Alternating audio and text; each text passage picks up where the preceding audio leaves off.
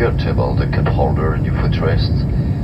Disconnect any wire from the PC or USB socket and open all window blinds. E-cigarettes are not permitted and smoking is prohibited. We recommend that you read the safety card in front of you, and we remember that in the event of evacuation, you must leave all your baggage behind.